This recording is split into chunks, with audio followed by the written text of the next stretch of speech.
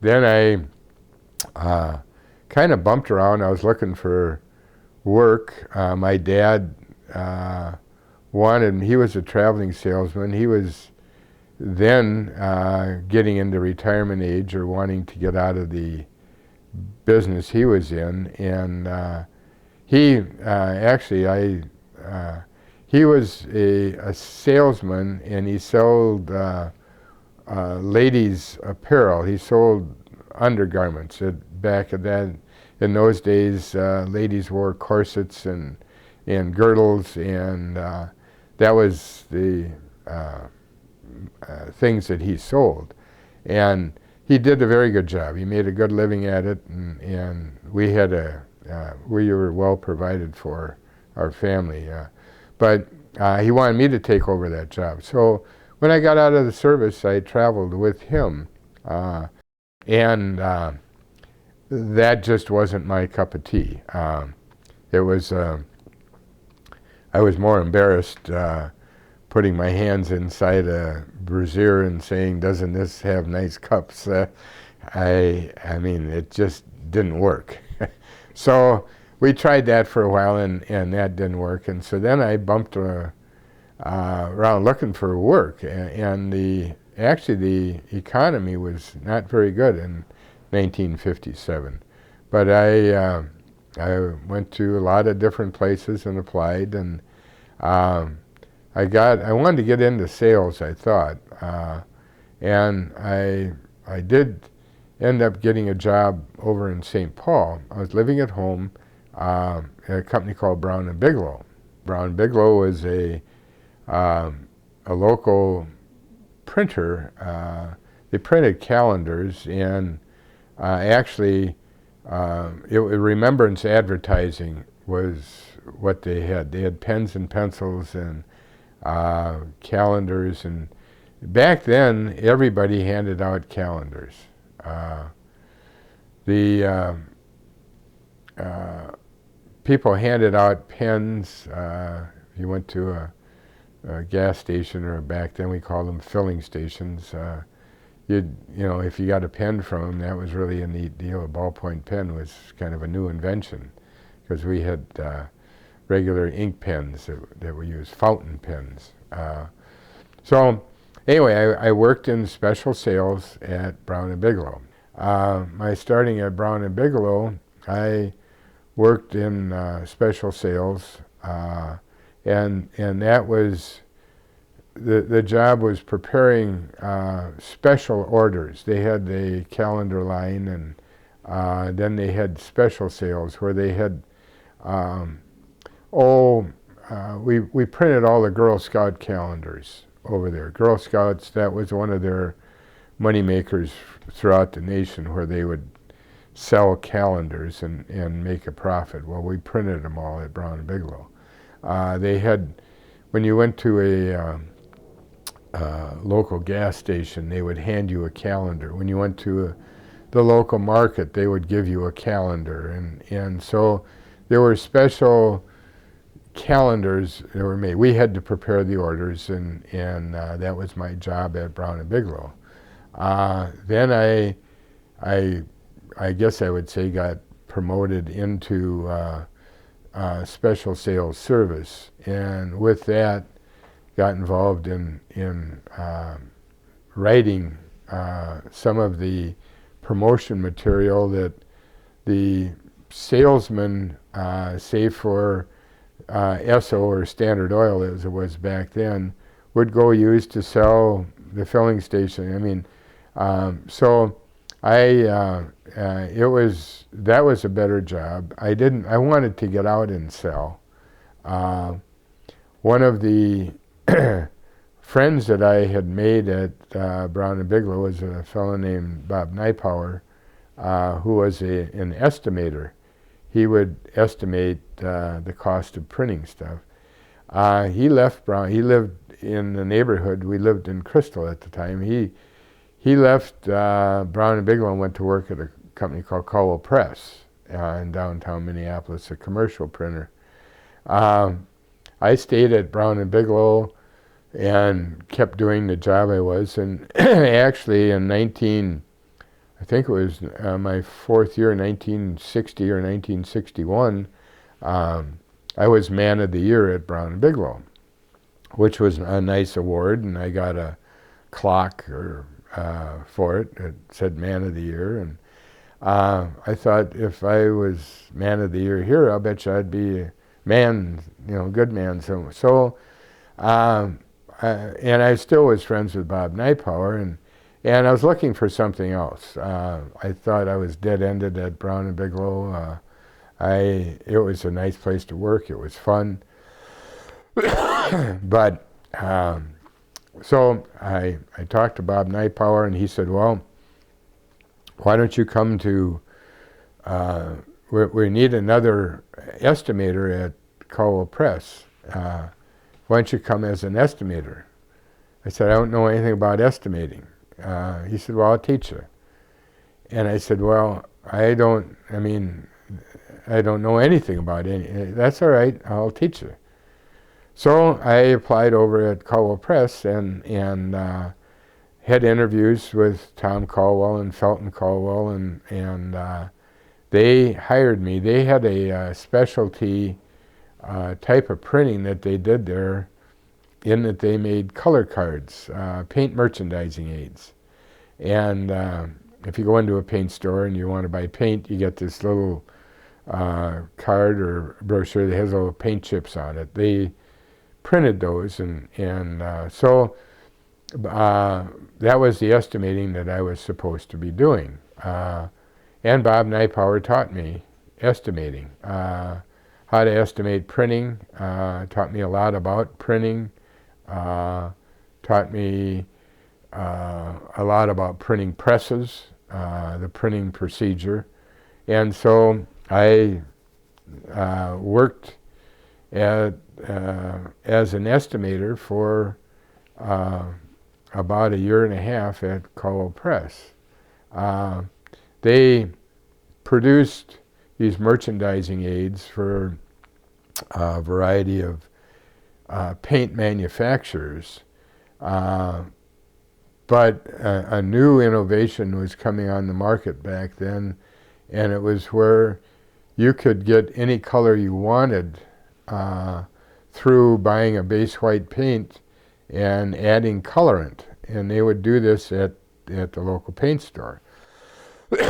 So instead of having just 8 basic colors of paint, you could now have 108 or 800, however many. And there were 2 companies that manufactured this colorant. There was California Ink Company, and they were located out in Los Angeles, California, and there was a Bennett Paint Company in Salt Lake City, Utah.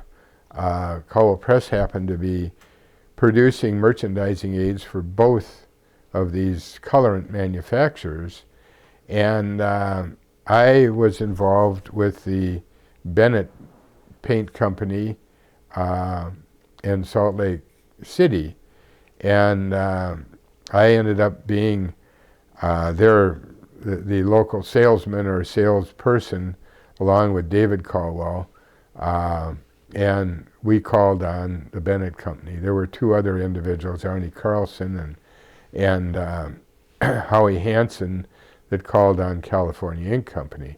But we would go call on and each one of these colorant manufacturers had a series of paint manufacturers throughout the country that used their colorant.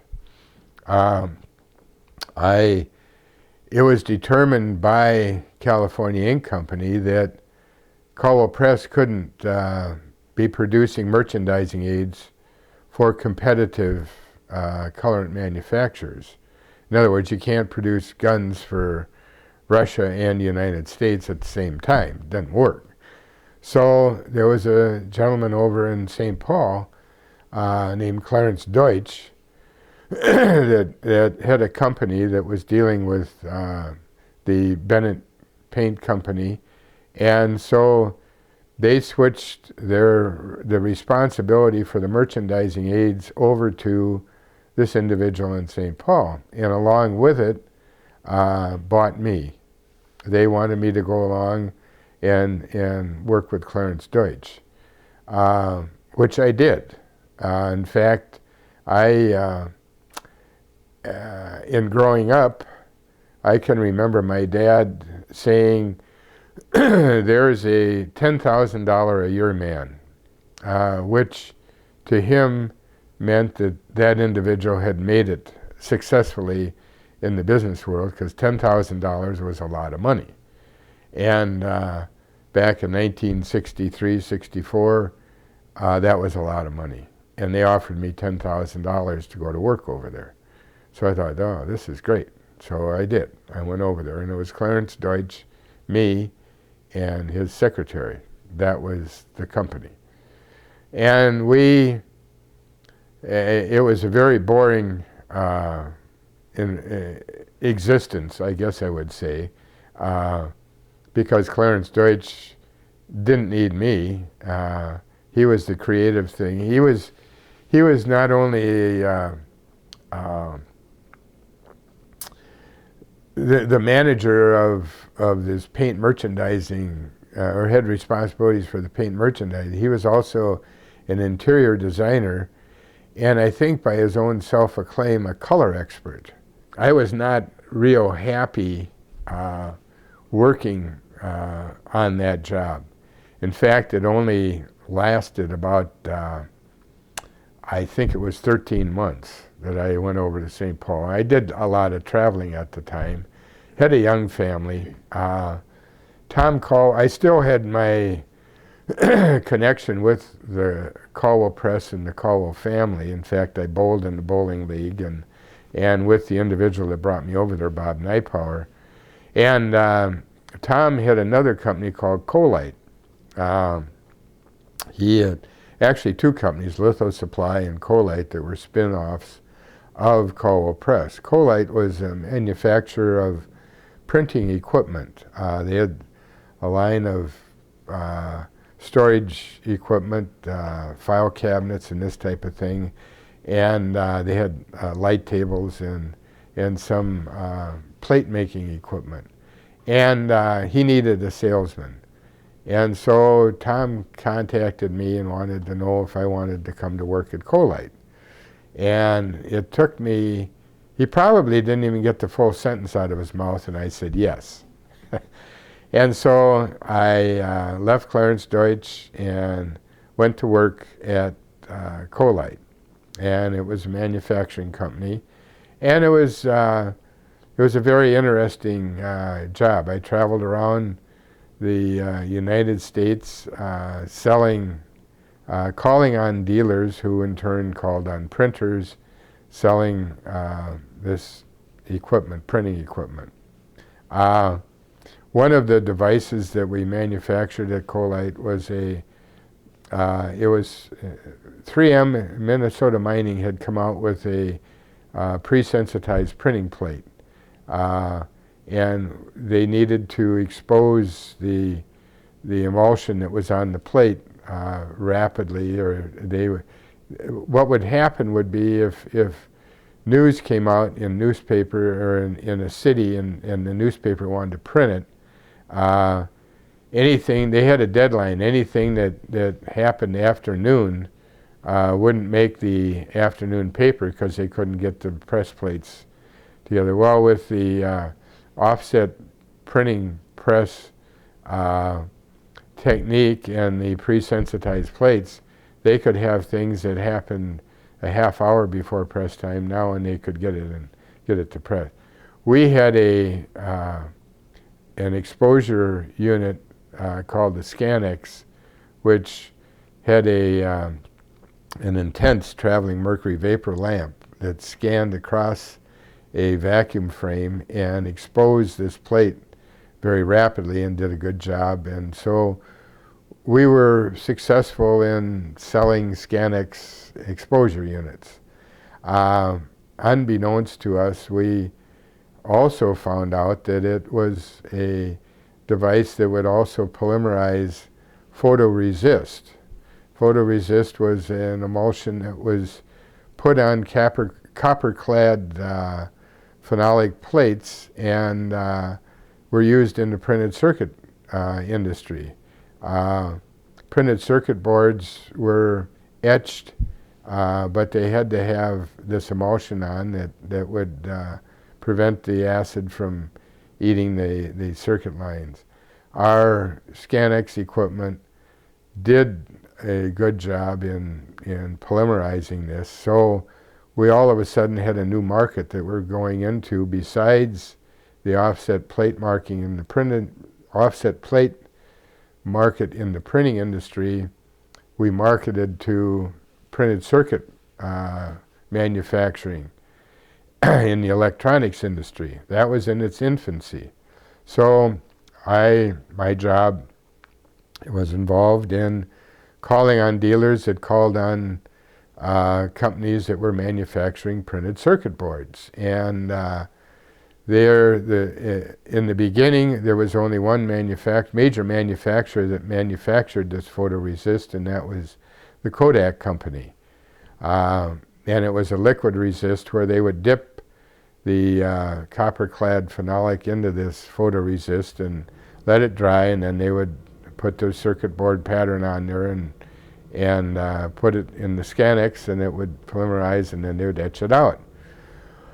DuPont came out with, in competing with Kodak, a dry film resist, which was more accurate.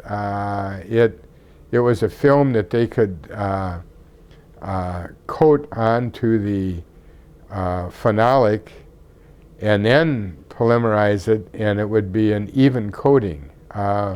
When they dipped the boards into this Kodak photoresist and let them hang, there would be more photoresist at the bottom of the plate, you know, and they're talking about minuscule amounts, but when you want to get thin lines on the circuit board, it was quite evident. So DuPont came out with this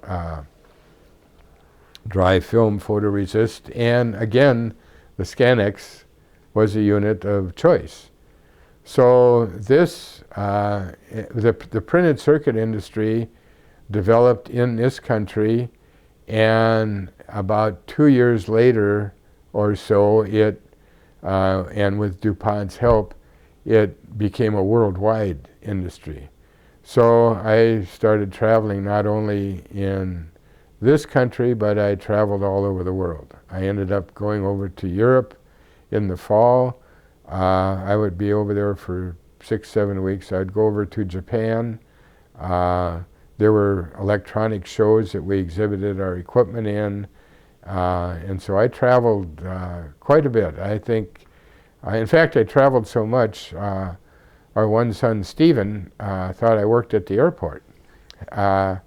He would he would be so proud when Karen would take him to pick me up at the airport that he was going to his dad's work. So, but the traveling also, it was like leading two lives. I would come home from a trip, and from the airport to home, I would get briefed on what had transpired, and don't get mad at Randy because he did this, or Kathy did this, and don't, you know, I said it was okay if she did, and now Stephen is going to be in this, and we've got to go to this play. And I think it was, although they've never said it, maybe somewhat difficult to for the children to grow up in that atmosphere, because they were, in some cases, living on two sets of rules. They had the only education you get from on raising children is how you were raised, and we were raised differently. So when I would come home, I had my set of rules, and for maybe 3 weeks, Kathy and Randy and Stephen were living under Karen's set of rules, and I'd come home and instigate my set of rules, and it was, they've never said it, but I think it might have been kind of awkward or difficult. But it did limit me in some of the things that I did or saw with the family growing up. I can remember Randy telling me one time that I missed his best football game. And I did, but I didn't, and I felt bad about that. There were things that Karen had to be both mother and father too. And so I think it was about, a total of 10 or 11 years that I worked at Colite. And I was approached by another individual, Denny Cumlin, who was Dick Cumlin's brother, wanting to know if I would be interested in working for a local company in Minneapolis selling audiovisual equipment, which was a whole, I went from not knowing anything about estimating printing to not knowing anything about paint manufacturing to not knowing anything about printed circuit board manufacturing to now I'm going to go into another not knowing anything about another industry, and that was the audiovisual industry. But it was something where I would be home. It was a straight commission type job, so there were no guarantees. And that I had a concern, but because I was making a pretty good salary with Colite, but I thought the trade-off would be worth the gamble, so I left Colite and went to work at Blumberg. While I was at Colite, though, I should say we in order to expand our business, we went public. Tom Caldwell we had a public offering, a stock offering, and by the time I'd started at Colite as a salesman, and then I was a national sales manager. All of these titles were somewhat fallacious because we didn't have a sales staff. So I had a national sales manager. Well, we did have a couple of regional salesmen that we had hired. And then I ended up with the title Vice President and Sales Manager because when we went public, we had to have some officers. So we had a Vice President, Tom Sayre, who was the controller or bookkeeper. He was Vice President in charge of the Chief Financial Officer, and Tom Cowell was President, and Dennis Burgess was Vice President in charge of engineering, and I was Vice President in charge of looking out the window, I guess. But so I became Vice President at Colite, and that's what I was when I left there. I started at Blumberg.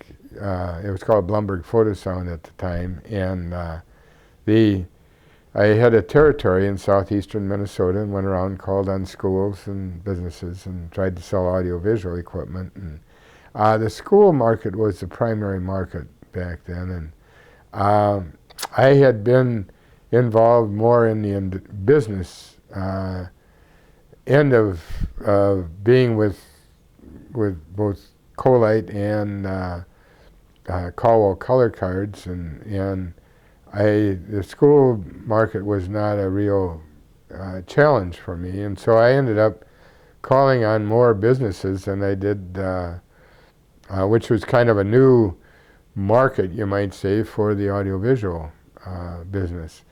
And as a result, I lasted on a territory in, maybe about a year and a half at Blumberg, and they brought me in and gave me the position of Vice President Industrial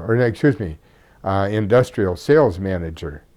So I was to develop the industrial market for Blumberg, which is what I did, and I ended up being vice president and sales manager.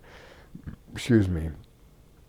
I worked at Blumberg for 24 years, and that's where I retired from. I retired in 1995 from active gainful employment, if you will. Back when I worked at Brown and Bigelow, as I had mentioned, we were pretty structured as far as our things we were going to be doing, as far as going to college and the service and getting married and what have you. Well, when I got out of the service, most of my buddies were married. Most of them had already started their families. There were two close friends that weren't married, Chuck McConville and Dick Cumlin. And so the three of us kind of palled around together. Chuck McConville was going out with, I wasn't going out with any girl in particular. He was going out with a girl named Patty Eddy. Patty Eddy was a stewardess with North Central Airlines, and she had a friend named Karen Kempter who was dating a fellow named Paul Schroeder at the time. And so, being good friends with Chuck, I met Patty, and she wanted to fix me up with her good friend Karen. Well, I didn't know if I wanted to be fixed up with, I was 24 years old, and you know, I still was fluttering around, you might say, and so, but they arranged, there was a local beer tavern on 48th in Chicago called the Colonial, which still is in existence, although now it's called Popito's.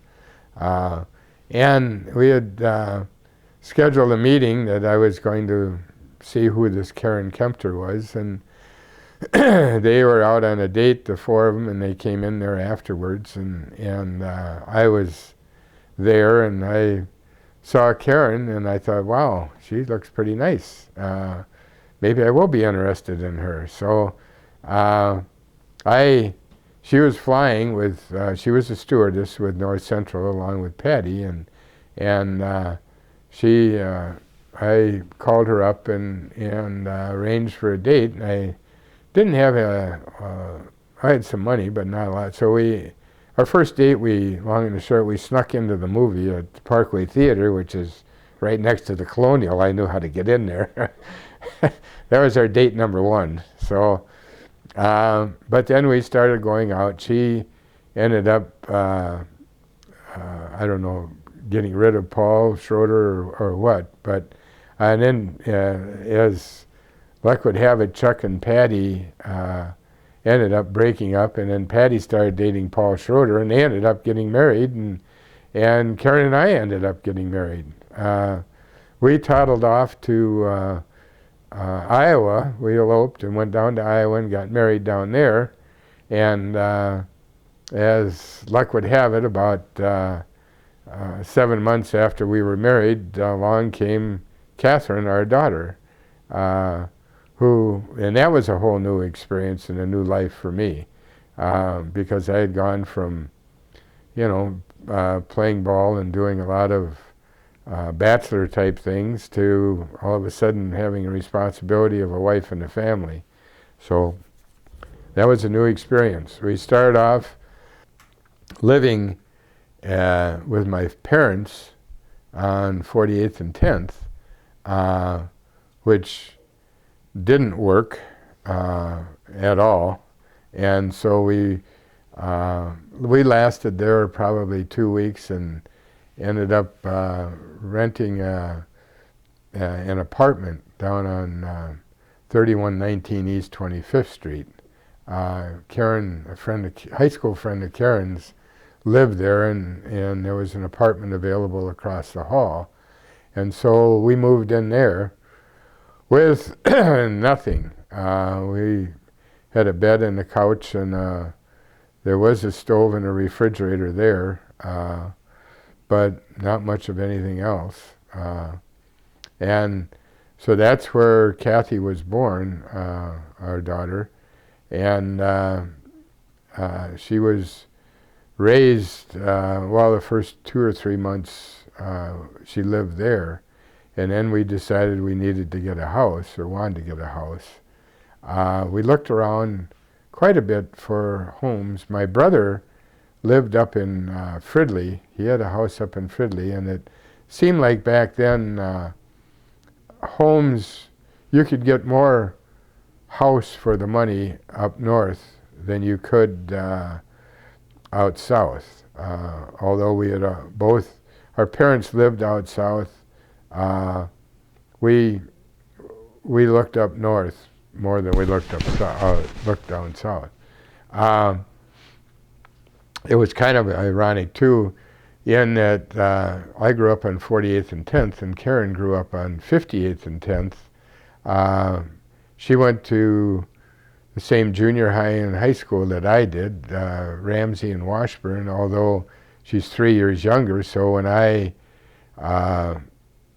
left, she came. She started Washburn, so all that was left when she came to 10th grade was my name echoing in the halls.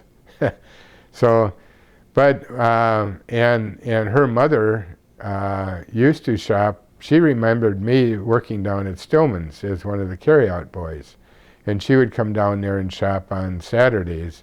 Back then, Saturday, they had designated days to do things. Monday was wash day. Saturday was marketing. You went to the grocery store on Saturday, and you really bought the week's supply of food. Oh, you'd run out of stuff and maybe have to go to the store a couple times during the week, but not Saturday was the big shopping day. Anyway, her mother remembered me from working at Stillman's. So I had a friend, Bill Walden, who had moved up to Crystal, which was at that time a long ways away from South Minneapolis.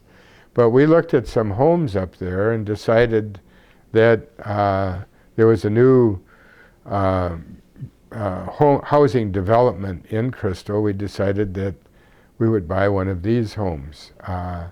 My dad said that he would help us with the down payment and with the necessary money that was needed to buy the house. So we found a home that we thought was a good house for the money, and so in 1959, I believe,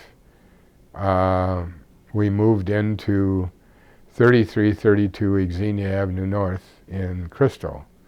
I'll never forget, there were wooden floors throughout the whole house, and they were slippery. And Kathy was just walking. Well, she was 2 years old, 2 or 3, 2 years old, and she couldn't walk. She had to run everywhere she went, and she took so many tumbles on those floors. The feet would go out from under her and wham! And but we moved in there, did all the things a new homeowner had to do, put in a new sod and shrubs, and it was a nice house. We enjoyed that house. It had a nice screen porch. It was a 3-bedroom rambler. It had a 2-car garage, and it was it had a nice backyard, and there were a lot of young families that lived there, so there were a lot of kids to play with. It was a new neighborhood, I guess you'd call it. Everybody was the same age. Everybody was starting out and doing this. So, in fact, in 1960, in October is when Randy was born, our second child, and then 1963, Stephen was born in December that year, and they were born in that house. Then we lived there for a good 5 years, and as I mentioned, it's a 3-bedroom rambler, and the kids were getting bigger. We had, at the time, we were in 1 bedroom. Kathy was in a bedroom, and Randy and Stephen were in the 3rd bedroom. I had finished off the basement to a degree, and they did play down there. We had a TV set down there, and it was kind of an amusement room. We put a toilet or bathroom down there. There's a bathroom and a shower that I put in, but either the family was getting too big or the house was getting too small, and I know at numerous times Randy would express his dislike about Stephen being around. He'd say, he would bellow out, "Get him out of here!" And so that prompted us to look for another home. Not his bellowing, but the fact that we realized that we had to have a larger home. So we looked in a lot of different homes in western suburbs. We liked the north suburbs. Everybody at that time thought that they had the ideal location because of the best school district. And we thought the Robbinsdale School District was the best school district compared to St. Louis Park and Hopkins or any other one. I think they were all good at the time, but that was the criteria. So we moved. We didn't want to move out of the Robbinsdale School District, and so we moved, found a 4-bedroom colonial home just about 2 miles west of where we lived, and to the address of 3222 Flag Avenue North. And at the time, it was a model home. The home was finished in 1968, and we moved in April of 1969, which is where we currently live. So when we moved over to New Hope, to a degree, it was the boys didn't mind because it was a whole new experience for them. They weren't entrenched, but I think it did bother Kathy that she was being uprooted and moving into a new location, and all her friends, and she didn't. I mean, over in Crystal there were a lot of kids, and all of a sudden we were moving into a new neighborhood where there weren't many kids. And so it was kind of an adjustment, I think, for her. But everybody survived. They got into sports, local sports in New Hope. Kathy played hockey, and in New Hope they ended up going to Plymouth Junior High and Armstrong High School. It was a new high school that was built. And I think the first graduating class was 1971, and I think Kathy graduated in 76, and Randy in 78, and I think Stephen was, 81, something like that. They all played sports. They were, they all got an Armstrong A letter, which I was happy for and proud of, in different sports. We had when Stephen, our youngest, was 10, he ended up being diagnosed and having a brain tumor, which really changed our lives, his life, and the family's life. It was a totally new experience for all of us, and I think that that Stephen was probably the one that adjusted the best from it. We don't know. I don't know how the other kids got through it. It made all of us, I think, appreciate life more. I know it did me. My personal experience. One of the things that I remember back then, we were going to a church, Holy Nativity Lutheran Church, and Ron Peterson was the minister, and he was a pretty progressive minister in what he would do with his sermons. He oftentimes would dress up as one of like John the Baptist or somebody else. And I remember one of the sermons, and this is back when Stephen first was diagnosed.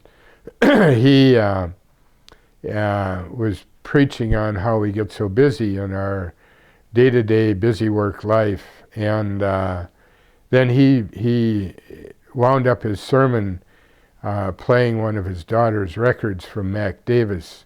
You got to stop and smell the roses. Excuse me. And that really hit home with me, because I was plowing along and not smelling anything. I was busy working and kind of leading a life, and that Stephen's incident, or whatever you want to call it, hit me between the eyes. And it gave me more appreciation. I didn't have much, I guess I'd say understanding or time for people with disabilities. I don't know if I didn't ignore them, but I didn't pay any attention to them. And it gave me a realization more, the more disabled Stephen got, the more I appreciate what those people, and I don't mean those people, what people with disabilities do. They don't want pity, they want a life. And I guess I was giving them more pity than I was a life. So going on with that, we both, the older children, ended up going to college. Kathy started at Gustavus and in the nursing program, which I thought was quite good, and I was doing fairly well at Blumberg at the time, and could afford the tuition, and so she was down there, and we paid the books and tuition and room and board and everything, and she went through her first year and got good grades and was interested, and then went through the second year down there and with the same happenings, and so then she was going to do her internship over at Bethesda Hospital over in St. Paul, and this was in the fall, and she was going to start there and live over there, and I'd sent the money down to Gustavus, and the boys were involved in some football activities, and so Kathy approached me one evening. I had a meeting to go to for the New Hope Athletic Association, and she said, "Dad, I got to talk to you." And I said, "Well, I can't talk right now, but I'll talk to you tomorrow. What's it about?" And she said, "Well, I'm not going back to Gustavus." And I said, "You what?" And she said, I said, "I'll talk to you about it tomorrow." I said, "I can't." So I left. And thank goodness I did, because it gave me time to think about how you want to develop children to think for themselves and make their own decisions and do the right thing, or you try to help them guide into the right decisions, but when they do, then you say, "What? Why are you doing that for?" But we sat down, and she decided that she didn't want to be a nurse. So she said, in fact, she was going with two of her friends out to California, and she was going to forge a new life out there. Going to go to San Diego and visit her aunt and get a job out there. Well, the one friend decided she wasn't going to go, so then it ended up two of them going out there. So she toddled on out to California, and I told her that, if you leave here, you're on your own. You're not on the Hoy welfare program anymore.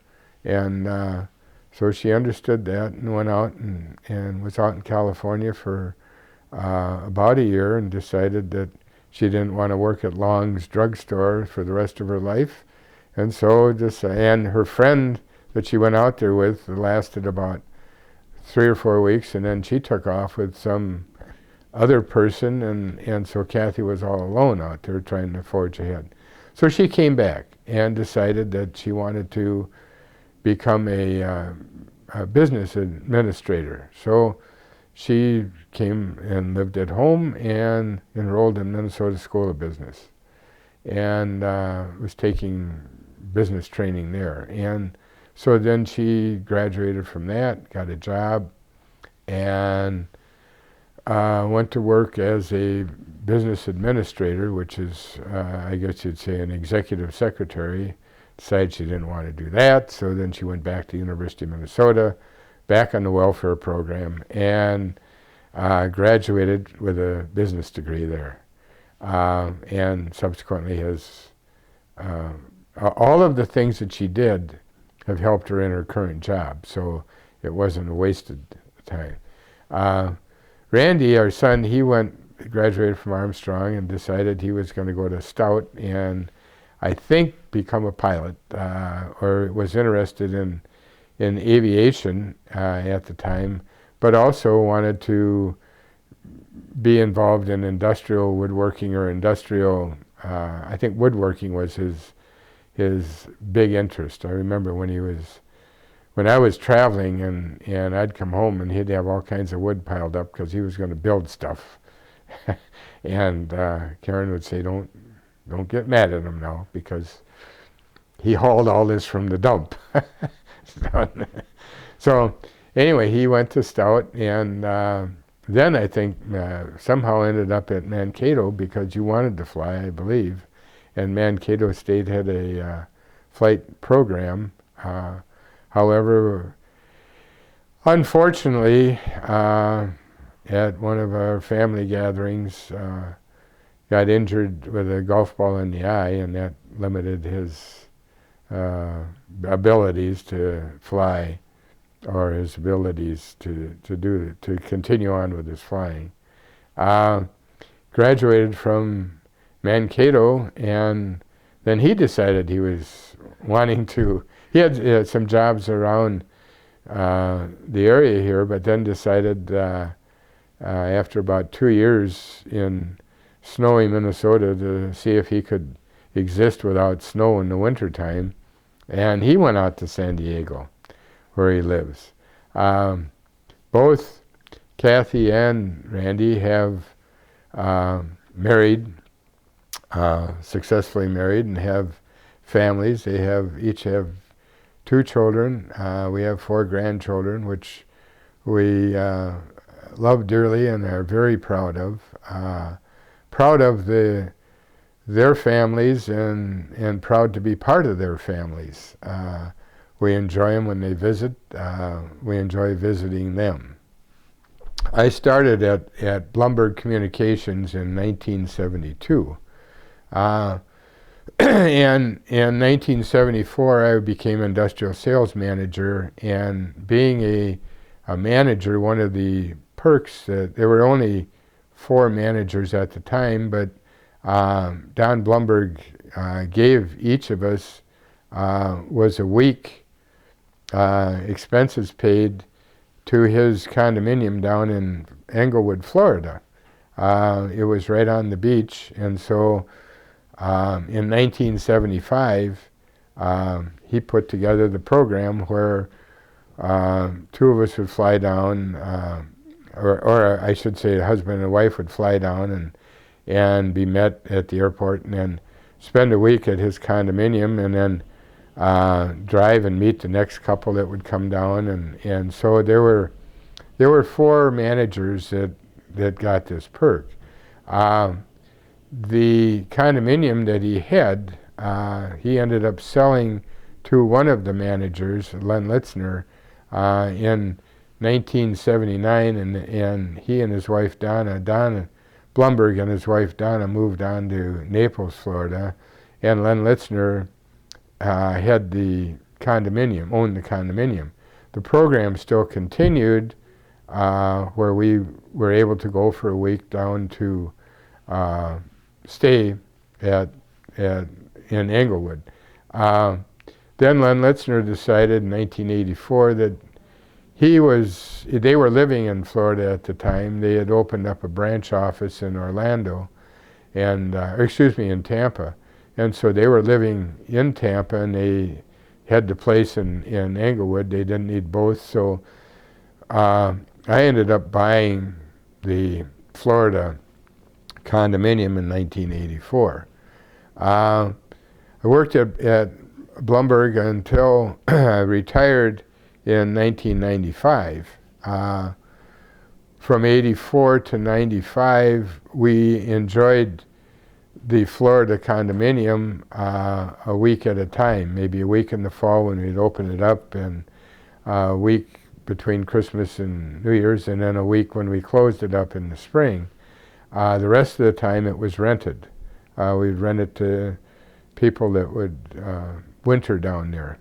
When we retired in 1995, we decided to go down there and winter ourselves. So we would actually leave here the first part of October and drive down to Florida, spend October, November, and into December in Florida, and then fly home to Minneapolis for the Christmas holidays, fly back down in the first part of January and stay there until April.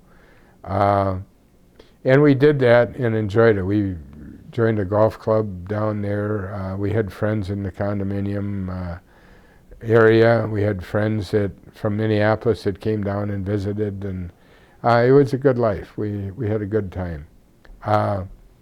We did, however, miss out on some of the activities that our grandchildren were involved in, plus the new family that was being raised out in San Diego didn't give us an opportunity to get out there and see them. So we ended up selling our place in Florida in 2008. Actually closed on it in February 2008, and now are enjoying the activities that would give us an opportunity to go to San Diego, and also the activities of our grandchildren here in Minneapolis, or in Plymouth.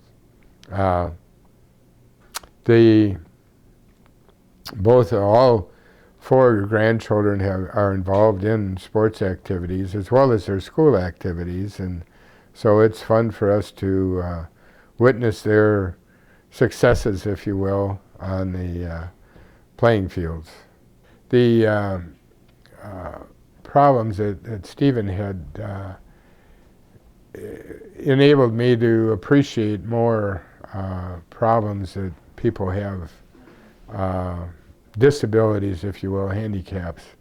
And as a result, I did volunteer and spent time on the board of that was involved in his living environment. It was called Dakota Communities. They're over in West St. Paul.